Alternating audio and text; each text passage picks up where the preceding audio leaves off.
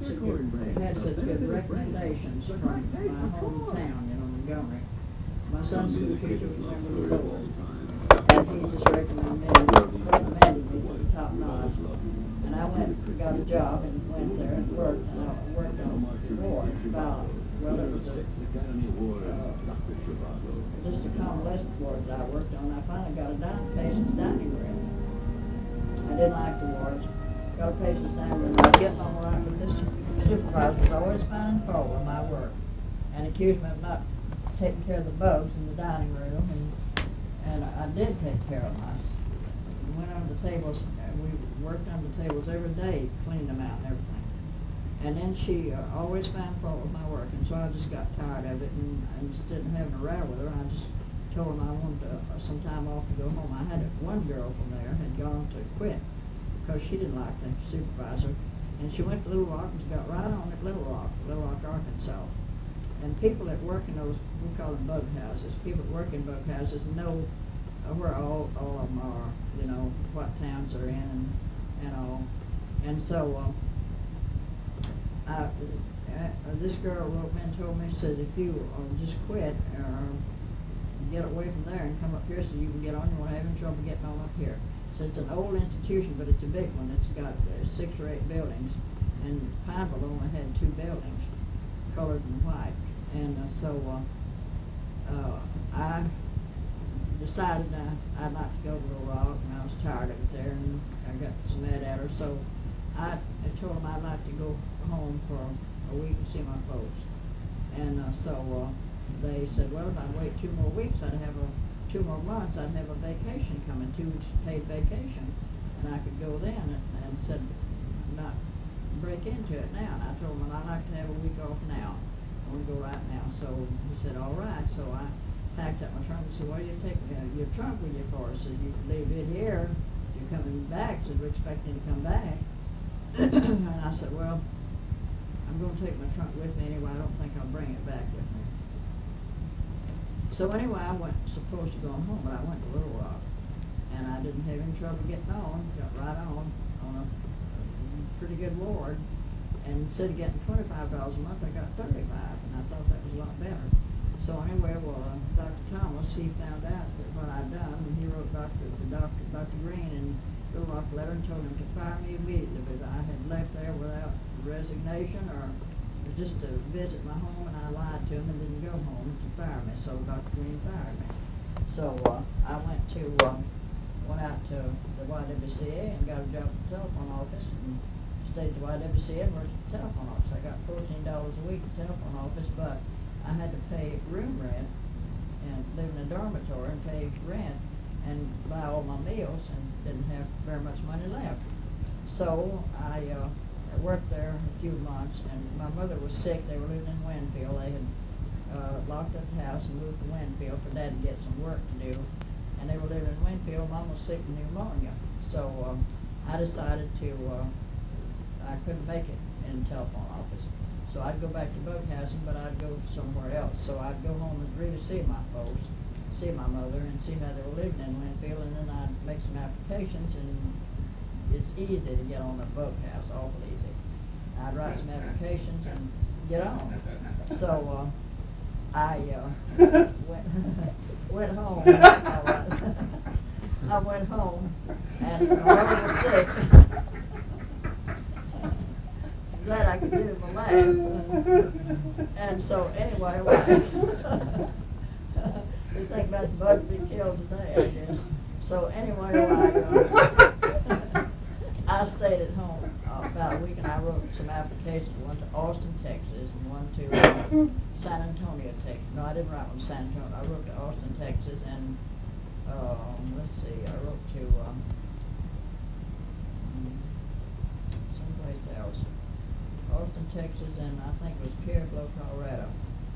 And I didn't have enough money to go to Pueblo, but I did have enough to get to Austin. So sure enough, in 2 or 3 days, I got a telegram from Austin, Texas, that I had a job. So I told Annie, my sister Annie was taking care of my mother, and she was a lot better, so I told them I had to go on and take the job. And I was helping them all I could, because I got my room, board, and laundry, and then my pay, whatever pay I got, I could send most of it to them, you know.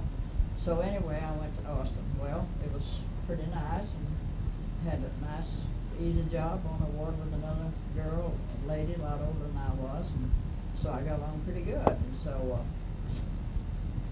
pretty soon a girl from Jackson, Louisiana got a job there. And she and I had something in common because we were both from Louisiana. But she had never worked at Pineville. She was from Jackson, and there's the one in Jackson, so she'd worked there. So then another girl from a town in Oklahoma, let's see, a little town over the western part of the state, went there, and she got on too. And so we all kind of, the people there were kind of, seemed like they didn't have anything to do with people out of state, you know. They love their home folks and were all friendly with home folks, but women and girls and people out of state, they didn't mix with them very much and have much to say to them. So we kind of took together, and this girl from Jackson, Louisiana, and the one little girl, Oklahoma girl, she, Dot Williams, she stayed with us quite a bit. So we were all chum around together and go to get off in the evening, go to a picture show and so on. So all at once, one day, we all three got fired. And we didn't know what it was about, but I figured it was Dr. Thomas down in Pineville, Louisiana.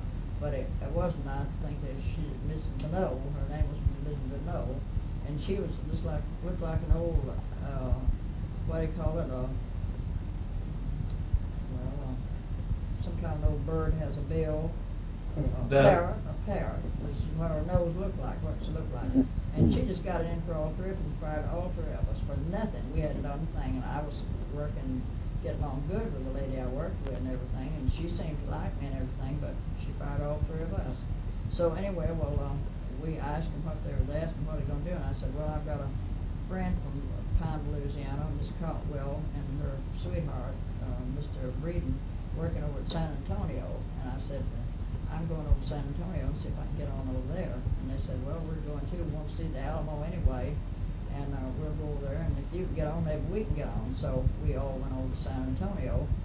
And so when we got there, well, I saw Miss Caldwell, and she said, well, she didn't think there's any opening right now, that there might be one night watch job that I might get. But she said, I don't know whether you'd want or not. It's on the violent ward, and they're Mexicans, a lot of Mexicans in here.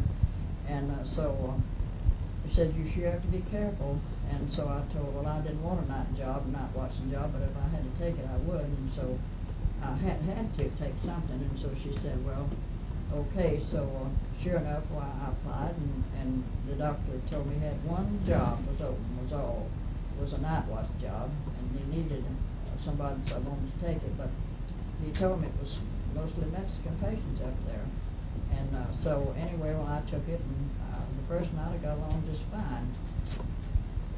Oh, they beat on the doors and raised Cain, and I couldn't understand anything they said, but they said plenty, and I got along pretty good, though. Made it through.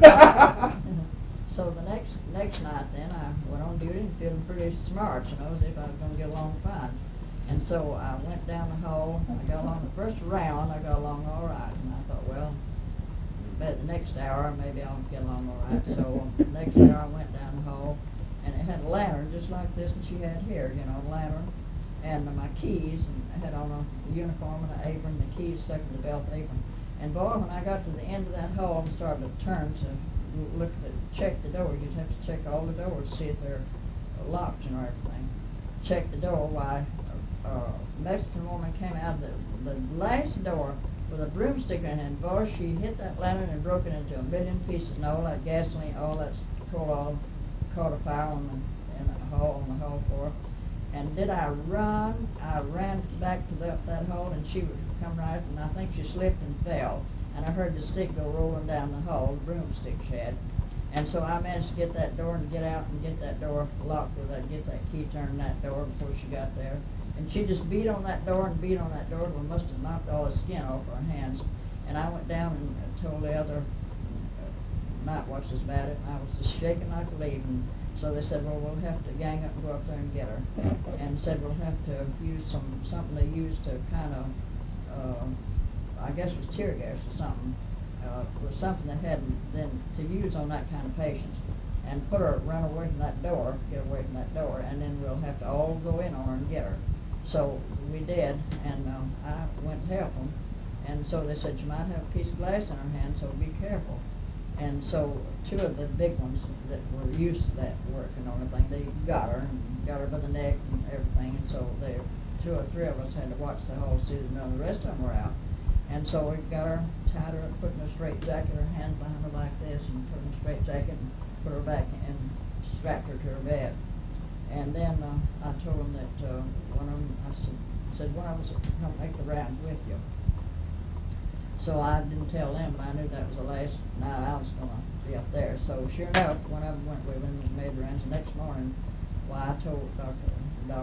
White, his name was, I told him, I said, we of course had to report that. They put the fire out. The night man that was supposed to look at everything like that came up with his can of some kind and put the fire out. So anyway, I told him I couldn't do it. It was just too much for me. And he said, well, I said, I'm sorry, but I just haven't got any other place open. He said, if I did have, I'd sure give it to you. He said, your experience is good, and says your work's good, but he said, I haven't. But he said, I said, well, I've got to have some kind of work to do. You haven't done anything in the domestic department, in laundry or anything? He said, no, I just haven't. And so I said, he said, but I'll tell you what I'll do. He said, my brother, Dr. White, has the epileptic colony up at Abilene. And he said, I called him and asked him if he could give you, said he might give you a job in a diet kitchen, fix up diets for his patients. And said, I'll call him and see what I can do. So he called him and he told me, yeah, to send me up there. So he says, you get $35 a month and your room, board, and laundry. And he says, it's a small institution, it's epileptic. And he says, they're not like these at all. They're just, those fits just overtake them, you know. But he says they have to have special meals cooked. And I said, you can cook? I said, oh yes, I can cook. So anyway, I went up there and went to work, and it was real nice, but all I could see outside that little institution was just three little buildings there, brick buildings, and it was sand and cactus. Just as far as my eyes could see, that way and that way and that way, and that was sand and cactus was all. That sand was, it was that deep. And they had walks made, and they had somebody, one of those patients, getting that stuff off those walks all day long. Just the most beautiful sand I ever saw, but there's plenty of it there. If you've ever haven't been to Abilene, you ought to go and see it. So anyway, I stayed there 2 months, about 2 months, I think. And I just didn't like Texas. I didn't like that sand and cactus. I didn't like those poor epileptic patients having those fits. So I decided I'd go back over to Austin and try to get something there in a hotel or restaurant somewhere. So I did, and in the meantime, there was a fellow over there. His name was, they called him Doc Smith. His name was Smith, and they called him Doc. I don't know, he was kind of heavy. Well, wasn't quite as heavy as you are, but he wasn't as tall as you are either. So anyway, he had been working, and he knew everybody. Don't like candy up there, Knew everybody at the asylum, you know, She everybody likes out that there. candy So too. he asked me for a date. He was going to take me to a show, and so I had 2 or 3 dates with him. And so he said, I couldn't find anything. I was working at a hotel, just making beds, you know. Hotel wasn't making very much. And I wanted to go back to Little Rock, and I love Little Rock, but I didn't want to work at that asylum anymore. Funny. So anyway, in the meantime, I'd been going with a boy back home. His name was Willis Valentine, and he was a first cousin to one of my uncles to a wife, one of my uncle, my mother's brother, married, and he lived at Colfax, Louisiana. So I'd been dating him quite a while. I didn't want to get married, but I wasn't ready to get married. I didn't have getting married on my mind then. So he had a beautiful ring. It had a great big ruby. It was white gold and had a big ruby, and it had little rubies all around it, and a little ruby and a little pearl, little ruby and a little pearl. It was a beautiful ring. And he said, I want you to wear my ring. You can wear my ring. And says, I want you to keep that ring till you can say yes, and let's get married. And he was a nice-looking fellow, but I wasn't in the marrying mood. So anyway, I told him, all right. So I took the ring and was wearing it. So I wore this ring all this time, you know, still had the ring. And he wrote me a letter to and told me, asked me if I decided to say yes, and he didn't ask for the ring or anything. So I didn't have any money to get back to get Little Rock on, and I wanted to go back to Little Rock was what I wanted to do and try the telephone office again. So I thought I could maybe I could do the telephone office and then get some other kind of a job for evening, you know, and I'd try that. So there's a restaurant or something, Washington Dish restaurant, anything. So I didn't have the money to get back, and so I decided on something really naughty. I went to the depot and asked the depot agent how much the ticket to Little Rock was, and he told me, and I said, how much is one to Montgomery, Louisiana? Just about the same. So I said, well, I said, I'm going to come in here and buy a ticket I want a ticket to Little Rock, Arkansas, but I'm going to ask for a ticket to Montgomery, Louisiana. And I said, when you get the ticket, fix up the ticket for me, put it in an envelope and seal the envelope and just hand the envelope to me. And so I said, and he'll pay for the ticket. My gentleman friend will pay for the ticket. And he said, okay now. Says, you said Little Rock. And I said, yeah. And I said, don't you dare say Little Rock, say Montgomery.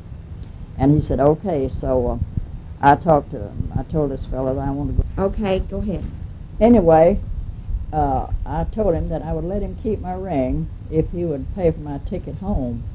And he said, when you come back? And I said, well, I'll stay about 10 days and I'll come back, and I want you to help me get a job. He said, okay, so I'll do everything I can to help you. So I said, well, you go with me to get the ticket tomorrow evening. He said, okay. And I said, the train leaves at such and such time. He said, okay. He said, now, I'm going to keep this ring till you come back. And I said, okay. So we went to the depot, and I told the depot agent I wanted a ticket to Montgomery, Louisiana. And I said, how much is it? And he told me how much it was, $16 and something, I think. So I said, I want a ticket to Montgomery, Louisiana. And he said, okay. So he fixed it up and put it in an envelope, sealed envelope, and wrote Montgomery, Louisiana on it. Handed it to me. So this fellow, he pulled out the money and says, how much? I said it was, and he told him $16 and something. He paid for it. He had my ring on his finger then, so we waited till the train came, and I had my grip and everything. We waited till the train came and got on the train. Well, this little girl from Jackson, Louisiana, she was going too, so she'd got her ticket that day sometime, so she got on too. So the train started up, and I told Doc goodbye, and I'd see him in about 10 days, so he said he'd be waiting for me. So anyway, well, the train started up and went on. We got to Texarkana, I think, and had to change trains. I did.